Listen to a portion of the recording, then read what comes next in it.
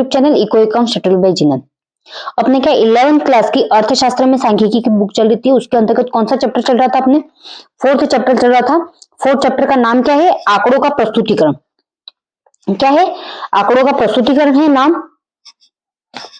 उसके अंतर्गत अपन ने देखा कौन कौन से टॉपिक थे। पहले तो अपने टॉपिक कौन कौन से थे आंकड़ों के प्रस्तुतिकरण के अंतर्गत? एक तो आंकड़ों प्रस्तावना या परिचय, दोनों एक ही होते हैं।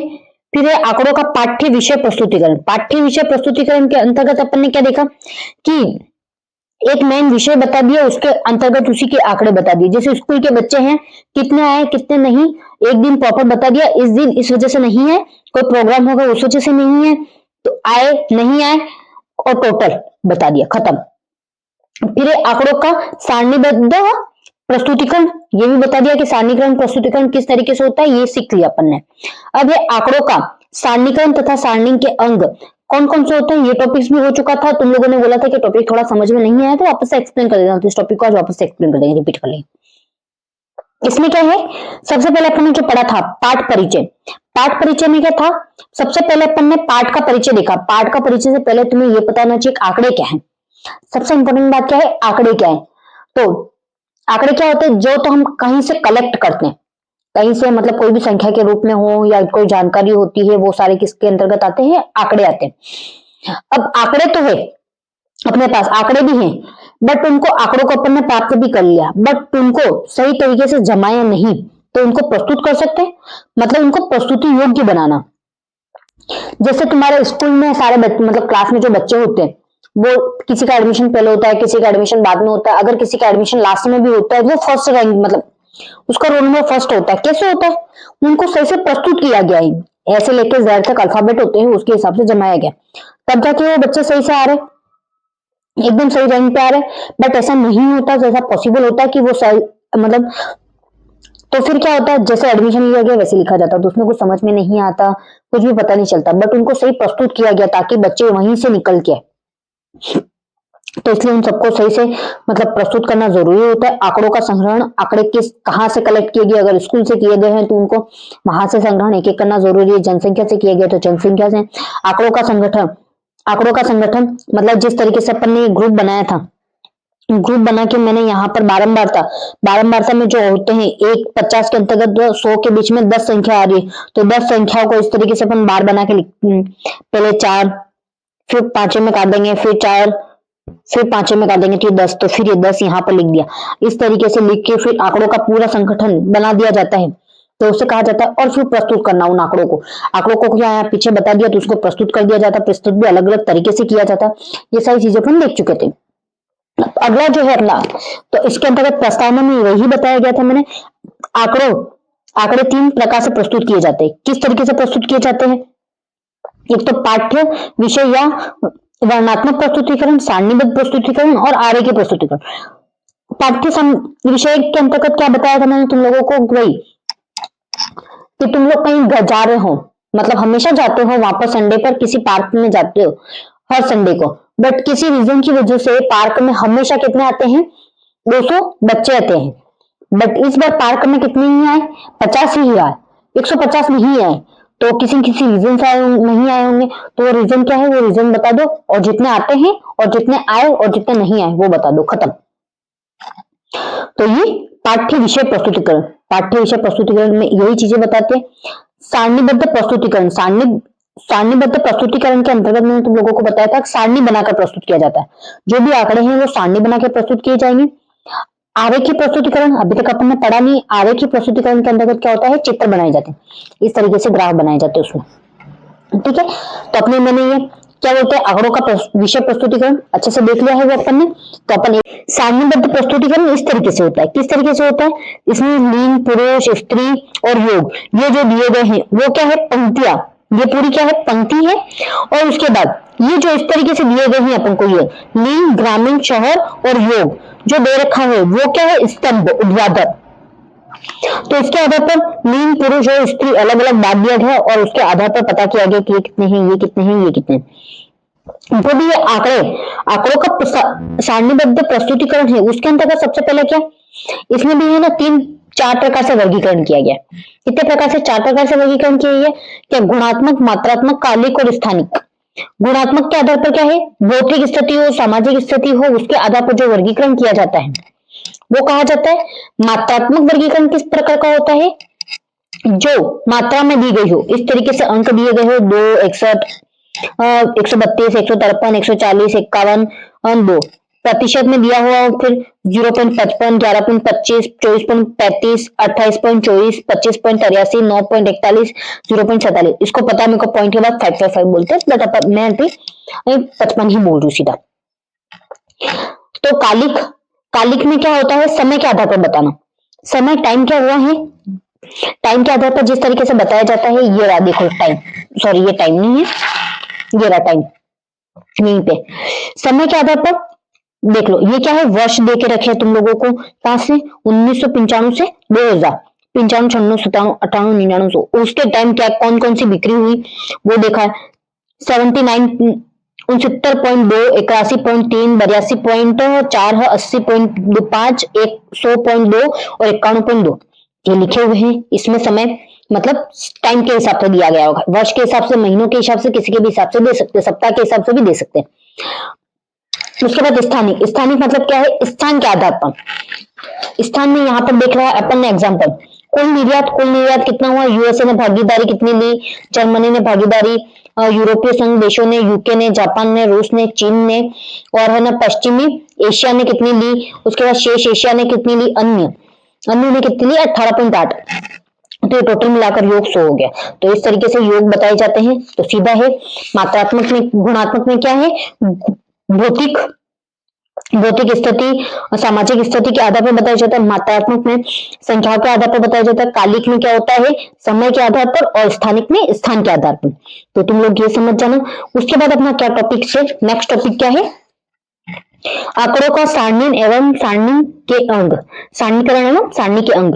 ये टॉपिक मैंने बता दिया था तुम लोगों को, बट तुम लोगों को उसमें से सही क्लियर नहीं दिख रहा था कहीं कहीं पर, तो उस वजह से तुम लोगों को प्रॉब्लम हो रही थी, तो इसलिए मैं वापस से एक्सप्लेन कर रही हूँ।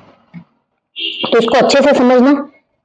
फर्स्ट पॉइंट क्या है? सारणी के निर्माण के लिए सबसे पहले यह जानना आवश्यक है कि एक अच्छी सारणीयन सांख्यिकी सारणी के कौन कौन से महत्वपूर्ण अंग है। सबसे पहले क्या जानना जरूरी है? अगर अपन कोई भी सारणी बनाते हैं तो उसमें महत्वपूर्ण अंग कौन कौन से हैं। सारणी तब तक इंपॉर्टेंट नहीं दिख सकती, सब तक अच्छी नहीं दिख सकती, जब तक उसके अपन को अंग पता नहीं हो, उसमें डिफरेंस नहीं पता हो कि कौन सा पॉइंट कहाँ लिखना। जैसे तेरे पास ये सारणी, मुझे नहीं पता होता कि ग्रामीण, शहरी, कुल ऐसे लिखना है, फिर उसके बाद इस तरीके से बांटना है, फिर इसके बाद इस तरीके से बांटना है, तो मैं कोई ये सारा का सारा मिक्सअप कर लेती थी, सारणी ऐसी दिखती। अगर मिक्सअप कर लेती थी, सारणी का जो यूज अभी हो रहा है उसका कोई यूज ही नहीं रहता। तो इसलिए अपन को सब जानना जरूरी होता है। फर्स्ट पॉइंट यही कहना चाहता है अपन को। फिर नेक्स्ट पॉइंट, जब इन सभी अंगों को सुव्यवस्थित कर एक साथ प्रस्तुत किया जाता है तो ये सारणी के रूप में हो जाता है। क्या है मतलब? इनको सब तरीके से सुव्यवस्थित करके, इस तरीके से सुव्यवस्थित कर दी गई तो ये पूरी क्या कहलाई? सारणी कहलाई। क्या कहलाई? सारणी कहलाई। उसके बाद नेक्स्ट पॉइंट, सारणी की संकल्पना का सबसे सरल तरीका यह है कि आंकड़ों को कुछ व्याख्यात्मक सूचनाओं के साथ पंक्तियों एवं स्तंभों में व्यवस्थित कर दिया जाए। क्या है? सारणी की संकल्पना का सबसे सरल तरीका, मतलब इसको अगर अच्छे से समझ में आ जाए उसके लिए क्या है? जैसे मैंने इसको सब मिक्सअप करके रखा होता तो क्या होता कि सारणी का कोई यूज नहीं रह जाता, बट मैंने इन सबको अलग अलग करके रखा है। तो ये बात यही कर रहा है, स्तंभों को, पंक्तियों को अलग अलग कर दो ताकि क्या है? उनकी व्याख्या की जा सके। पंक्ति कौन सी? ये वाली। स्तंभ कौन से? ये वाले सीधे जो जा रहे हैं उनको अलग अलग कर दो ताकि उनकी व्याख्या आसानी से की जाए। जैसे मुझे यहाँ पे पता चल गया यहाँ सीधा ग्रामीण का, तो ये पूरा कॉलम किसका है? ग्रामीण का। ग्रामीण में क्या है? पुरुष स्त्री योग, उसके आधार पर मुख्य टोटल, उसके बाद उसमें मुख्य जो काम कर रहे हैं आंशिक तौर पर, और योग पता चल गया। फिर गैर श्रमिक जो काम नहीं कर रहे हैं वो ये रहे, और योग टोटल। तो ये मुझे सीधा पता चल गया योग कहाँ का? ये सीधा, इस सीधी लाइन का, इस सीधी लाइन का, इन सीधी लाइन का, स्तंभों का योग है इस साइड वाला। और इस साइड वाला जो नीचे योग आ रहा है वो किसका है? पंक्तियों का योग है, जिसमें पुरुष पुरुष का है, ऐसे स्त्री स्त्री का, और योग टोटल। तो उसके बाद क्या है अगला पॉइंट? सारणीकरण के कार्य को एक विधिक, द्विविधिक या त्रिविधिक वर्गीकरण के द्वारा किया जा सकता है, जो कि आंकड़ों को विशिष्टताओं की संख्या पर निर्भर कर सकता है। क्या बोल रहा है? एक विधिक, द्विविधिक, त्रिविधिक। एक विधि मतलब एक ही में बांटना, फिर दूसरी तरीके से भी बांट सकते हैं, तीसरे तरीके से भी बांट सकते हैं। ये उनकी विशिष्टताओं के आधार पर डिफाइन करता है कि अपन को कितना। अगर मैंने इनको ये नहीं बांटती और मैं सीधा ऐसे ही लिखती, समझ में आता नहीं आता, बट ये जरूरी है बांटना। उसके बाद क्या है नेक्स्ट पॉइंट, एक अच्छी सारणी में निम्न बातें आवश्यक रूप से होनी चाहिए। कौन कौन सी बातें होनी चाहिए? एक तो सारणी संख्या, फिर है शीर्षक, फिर है उपशीर्षक या स्तंभ, अवर्षीय एवं पंक्ति शीर्षक, उसके बाद सारणी का मुख्य भाग, उसके बाद है माप की इकाई, उसके बाद स्रोत के बाद टिप्पणी। ये जो टॉपिक्स है ये सारे के सारे होने चाहिए पॉइंट, तभी जाके ये सारणी जो है वो अच्छी दिखेगी, नहीं तो उस सारणी का कोई मतलब नहीं रह जाएगा। तो सबसे पहला पॉइंट क्या है अपने, सारणी की संख्या।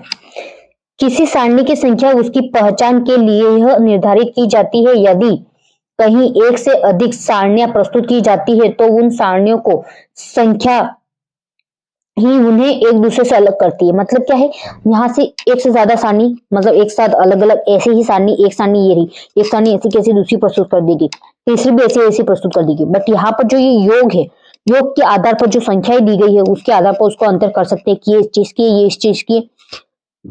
जो सारणी है, जैसे यहाँ पे 4.1 है तो वहां पर 4.2 होगी, 1.1 होगी, इस तरीके से अलग अलग दिया होगा तो अपन को पता चल जाएगा कि ये सारणी अलग अलग है। बट अगर ये नहीं दिया हो और इससे भी अपन बता सकते हैं कि ये इसकी है, ये इसकी है, ये इसकी, अलग अलग हो सकता है। फिर अगला क्या है इसका पॉइंट, एक मिनट इसका स्क्रीनशॉट ले लेना। First point, second point, third point, fourth point, यहां से लेके यहां तक। नेक्स्ट, एक मिनट, जस्ट 1 मिनट। पॉइंट हो चुका था, इसे सारणी के रूप सारणी के ऊपर या शीर्षक की शुरुआत के साथ दिया जाता है। क्या सारणी की संख्या देखो, सबसे शुरुआत में दी गई सारणी की संख्या बताएगी, सारणी नंबर ये है। अगर तुम लोग क्वेश्चन नंबर नहीं लिखोगे तब तक तुम लोगों को पता चलेगा कि सामने वाले को पता चलेगा ये इसका क्वेश्चन का आंसर है।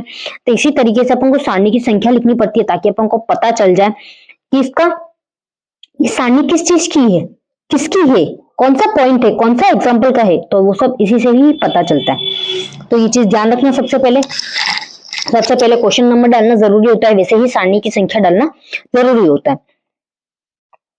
यदि एक पुस्तक में बहुत सारी सारणियां हैं तो संख्या आरोही क्रम में दी जाती है। किसमें दी जाती है? आरोही क्रम में दी जाती है। मतलब ये जो संख्या है वो किसमें दी जाएगी? आरोही क्रम में दी जाएगी। सामान्यतः सारणी की इस अवस्थिति के अनुसार सारणी की पहचान के लिए संख्याएं जैसे 1.2, 3.1 इत्यादि भी दी जा सकती है। क्या दी जा सकती है? 1.2, 2.1 भी दी जा सकती है, 3.1। उदाहरण के लिए सारणी संख्या 4.5 को अध्याय 4 की सारणी संख्या 5 देखिए सारणी 4.5 के रूप में प्रारूप किया गया है। मतलब ये भी हो सकता है अगर अपन सारणी लिख रहे हैं तो उसमें 1, 2, 3, 4 चौथी सारणी देखिए, ये भी हो सकता है। बट यहाँ पर क्या है, चौथा अध्याय है तो इसलिए 4.1, 4.2, 4.5, 4.6 ऐसे लगा के रखें। तो इसमें यहां से लेके फर्स्ट पॉइंट, सेकंड पॉइंट यहां से लेके यहां तक, थर्ड पॉइंट यहां तक, फोर्थ पॉइंट यहां तक। नेक्स्ट, शीर्षक है सारणी का शीर्षक सारणी की विषय वस्तु की व्याख्या करना। इसे बहुत ही स्पष्ट, संक्षिप्त एवं सावधानी पूर्ण चुने गए शब्दों में होना चाहिए ताकि सारणी का भाव बिल्कुल स्पष्ट हो सके, स्पष्ट हो, जिसमें अस्पष्ट न हो। ये क्या बोल रहा है, जो सारणी का शीर्षक है वो ऐसा होना चाहिए जो अपन ने ये पूरी सारणी लिखी है उसका सार, मतलब जो भी इंपॉर्टेंट पॉइंट है वो यहाँ पर आ जाना चाहिए संक्षिप्त में।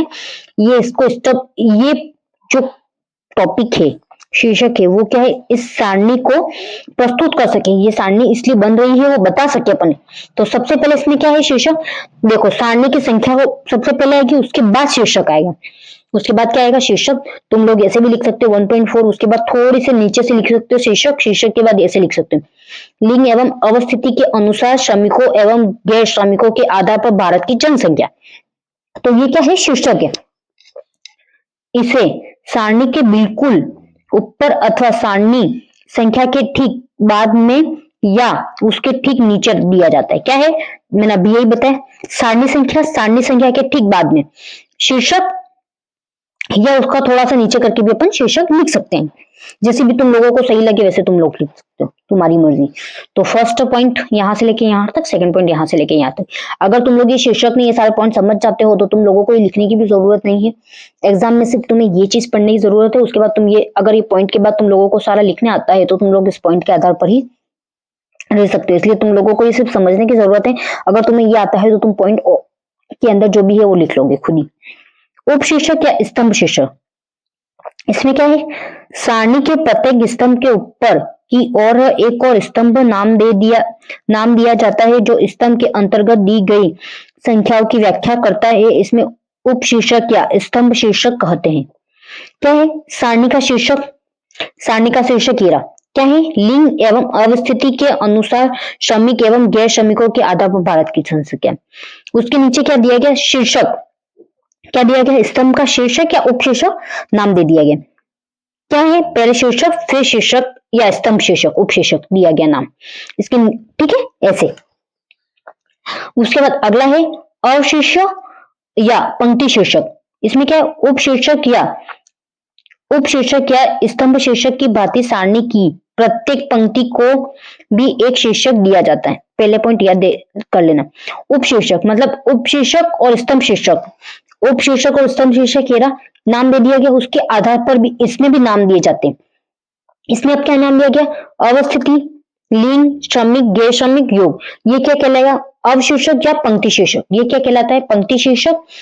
क्या कहलाता है पंक्ति शीर्षक, अवस्थिति, लिंग, श्रमिक, गैर श्रमिक, योग। और इस तरह से पंक्ति का जो शीर्षक है वो इससे रहेगा कुल, शहरी, ग्रामीण। इस तरफ जो आएगा वो स्तंभ का आएगा, इस तरफ जो आएगा वो पंक्ति का आएगा। ये चीज ध्यान रखना। ये जो शीर्षक आ रहे हैं वो किसके हैं, स्तंभ के। इस साइड वाले सीधे जा रहे हैं वो किसके हैं, स्तंभ। और इस साइड वाले जो है ये सीधी लाइन में जो है वो किसके हैं, पंक्ति के। पंक्ति के नाम को अवशीर्षक या अवशीर्षक मध्य भी कहते हैं। इसको क्या कहते हैं, अवशीर्षक। इस साइड वाली जो ये लाइन होती है उसको अवशीर्षक, और संपूर्ण बाह्य स्तंभ को अवशीर्षक स्तंभ कहा जाता है। ये संपूर्ण जो बाह्य स्तंभ है उसको क्या, अवशीर्षक कहा जाता है। पंक्ति शीर्षकों का संक्षिप्त विवरण सारणी के बिल्कुल ऊपर बाईं ओर दिया जा सकता है। कहा, सबसे ऊपर दिया जाता है। ये सीधा का सीधा जो दिया गया है वो किसका है, स्तंभ का। तो एक बार स्क्रीनशॉट ले लो। फर्स्ट पॉइंट, सेकंड पॉइंट यहां से लेके यहां तक, और थर्ड पॉइंट यहां से लेके यहां तक। ये कौन सा है, पंक्ति का शीर्षक या अवशीर्षक। और ये किसका है, स्तंभ शीर्षक, पंक्ति शीर्षक के अंतर्गत, ठीक है। और उसके ऊपर वाला जो शीर्षक दिया गया होता है वो कौन सा होता है, स्तंभ शीर्षक होता है। और उसके ऊपर जो दिया गया होता है वो मेन शीर्षक होता है। उसके ऊपर क्या है, सारणी की संख्या लिख रखी है, ठीक है। उसके बाद है सारणी का मुख्य भाग। सारणी का मुख्य भाग वह होता है जिसमें वास्तविक आंकड़े होते हैं। क्या होते हैं, वास्तविक आंकड़े। मुख्य भाग क्या है, ये वास्तविक आंकड़े जो दिए गए हैं वो मुख्य भाग है। 17, 16, 23, 7, 1, 8, 24, 7, 21, 31, ये क्या है, मुख्य है। सारणी में किसी भी संख्या आंकड़े की अवस्थिति उनकी पंक्ति एवं स्तंभ के अनुसार सुनिश्चित की जाती है। इसका मतलब क्या है, ये कह रहा है कि ये जो पंक्ति है, ये जो आंकड़े हैं वो कैसे निर्धारित किए जा रहे हैं। एक तो स्तंभ में जो लाइनें लिखी गई है उसके आधार पर, और पंक्ति में जो लाइनें लिखी गई उनके आधार पर। क्यों, देखो ये ग्रामीण पहले लिखा गया, उसके बाद पुरुष, स्त्री, योग लिखा गया, ताकि ये आंकड़े यहीं पर आए। ये आंकड़े यहाँ पर शहर की जगह नहीं आ जाए।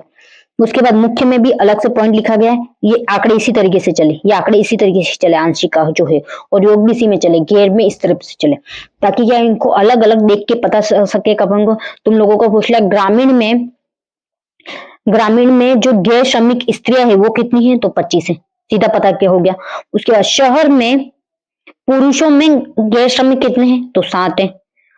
टोटल योग जो अक्षमिक है उनका कितना है, पुरुषों में 25 है, स्त्रियों में कितना 37 है, और योग टोटल मिलाकर 62 है। ये कहां से पता चल रहा है अपन को, सीधा यहीं से पता चल रहा है। ताकि ये सही से व्यवस्थित किया हुआ था। उदाहरण के लिए द्वितीय पंक्ति एवं चौथे स्तंभ के आंकड़ों से यह संकेत मिलता है कि 2001 में ग्रामीण भारत में 25 करोड़ गैर श्रमिक महिलाएं थी, और ये जो थी इकाइयां जो है वो किसमें है, करोड़ों में। ये जो योग है इन सब के पीछे 1 करोड़ करोड़ लगाना जरूरी है, बट तुम नहीं लगाते तो भी चलेगा क्योंकि ऊपर करोड़ लिख दिया है, तो ये लगाने की जरूरत नहीं। ठीक है, तो फर्स्ट पॉइंट, सेकंड पॉइंट और थर्ड पॉइंट नहीं लिखोगे चलेगा, बट फर्स्ट और सेकंड पॉइंट तो लिख ही देना। अगला क्या है, यदि माप की इकाइयां, यदि पूरी सारणी में माप की इकाइयां समान रहे तो सारणी की संख्या वास्तविक आंकड़ों को सदैव सारणी के शीर्षक के साथ लिख दिया जाता है, लिख दिया जाना चाहिए। मतलब क्या कह रहा है, अगर इसमें ये जो आंकड़े हैं वो 27 23 है, ये 23 करोड़ ही रहते सब में, इन सब में क्या 23 करोड़ ही आते, तो कहाँ लिख देना पड़ता है, यहाँ शीर्षक के साथ ही लिख देना पड़ता है। ये सारणी बनाने की जरूरत ही नहीं थी फिर, बट ये सारणी क्यों बनाई गई है, क्योंकि ये सारे आंकड़े जो है वो क्या है, अलग अलग है, इस वजह से सारणी बनेगी। उसके बाद अगला पॉइंट, यदि सारणी की पंक्ति या स्तंभों के लिए भिन्न माप इकाइयां हो तो इन इकाइयों की चर्चा निश्चित रूप से उपशीर्षक या अवशीर्षक के साथ की जानी चाहिए। क्या है, इनकी इकाइयों की भी इकाइयां है, जैसे यहाँ पर देखो श्रमिक, श्रमिक की इकाइयां थी मुख्य आंशिक योग, तो उनको अलग अलग किया गया, मतलब इसका क्या है, ये अवशीर्षक है, अवशीर्षक को भी वापस से बांटा गया। यदि संख्या बहुत बड़ी है तो उन्हें पूर्णांक बना देना चाहिए और पूर्णांक बनाने की विधि का संकेत दिया जाना चाहिए। मतलब क्या है, जैसे ये संख्या बहुत थी, करोड़ों में थी, तो अपन ने क्या कर दिया, इकाई इकाई में सीधा करोड़ लिख दिया साइड में। अपन को पता है कि ये करोड़ में है, बट यहाँ पर सीधी इकाइयां ही लिखी ताकि ये संख्या क्या हो जाए, छोटी हो जाए। इसका मेन उद्देश्य क्या था, छोटी हो जाए। करोड़ों में तो यहाँ पर सब इतने सारे जीरो लिखते तो संख्या मतलब ये सारणी बहुत ज्यादा और बड़ी हो जाती। इतना स्पेस भी तो छोड़ना पड़ता, अगर स्पेस नहीं छोड़ते, अपन जगह नहीं छोड़ते तो उसका क्या मतलब रह जाता, कोई मतलब रहता, मतलब सारे सारे सब मिक्सअप हो जाता, कुछ समझ में नहीं आता। तो अच्छे से प्रदर्शित करने के लिए उसमें स्पेस छोड़ना सबसे ज्यादा इंपॉर्टेंट होता है। अगला क्या है, स्रोत। यह एक संक्षिप्त विवरण का वाक्यांश होता है कि जिसमें सारणी में प्रस्तुत किए गए आंकड़ों के स्रोत के बारे में बताया जाता है। क्या है, स्रोत के बारे में, जैसे अभी अपन ने ये सारणी पढ़ी, ये सारणी पढ़ी, इसके नीचे भी स्रोत है। देखो स्रोत क्या है, भारत की जनसंख्या 2001, ये जो स्रोत लिया गया वो भारत की जनसंख्या 2001 के आधार पर लिया गया। इसमें मैंने पॉइंट नहीं बताया था ना, तो मैं स्क्रीनशॉट लेने के लिए फर्स्ट पॉइंट, सेकंड पॉइंट यहां से लेके यहां तक, और थर्ड पॉइंट। उसके बाद यदि एक से अधिक स्रोत है तो सभी स्रोतों के बारे में लिखा जाना चाहिए। क्या बोल रहा है, ये स्रोत अभी जैसे जनसंख्या 1 के बारे में दिए गए तो अपन ने एक ही लिखा, ऐसा नहीं होना चाहिए। अगर एक से ज्यादा स्रोत है तो वो ज्यादा लिख लेने चाहिए अपन को। स्रोत को प्राय सारणी के नीचे दिया जाता है। अभी देखा स्रोत कहां बताया, सारणी के नीचे, लास्ट में बताया ना, first second point third point. टिप्पणी, टिप्पणी किसी सारणी का अंतिम अंग होता है। पाठ टिप्पणी के अंतर्गत किसी सारणी के आंकड़ों की विषय वस्तु की उन विशिष्टताओं के बारे में व्याख्या की जाती है जो स्वतः स्पष्ट नहीं होती है और न ही पहले कहीं उनकी व्याख्या की गई होती है। ये क्या बोल रहा है, एक ये जो अपन ने यहाँ पर टिप्पणी लिखी है वो टिप्पणी ऐसी है जो पहले उल्लेख नहीं की गई है, बट यहाँ पर उल्लेख की जा रही है ताकि उसमें कोई कमी नहीं रह जाए। तो ऐसी बात जो होती है उसको टिप्पणी में लिखते हैं, कि जो बातें कहीं नहीं गई अपन को सिर्फ लिखनी है, वो कहाँ करेंगे अपन, टिप्पणी के अंतर्गत लिखेंगे। संख्याओं को निकटतम करोड़ों में पूर्णांकित किया गया है। कहाँ किया गया है, पूर्णांकित किया गया, करोड़ों में निकटतम किया गया। तो फर्स्ट पॉइंट इसमें भी यहां से लेके यहां तक। अब क्या है, आंकड़ों का आरेखीय प्रस्तुतिकरण, चित्र बना के, ग्राफ बना के किस तरीके से प्रस्तुत करेंगे वो अपन कल देखेंगे। ठीक है, ओके बाय।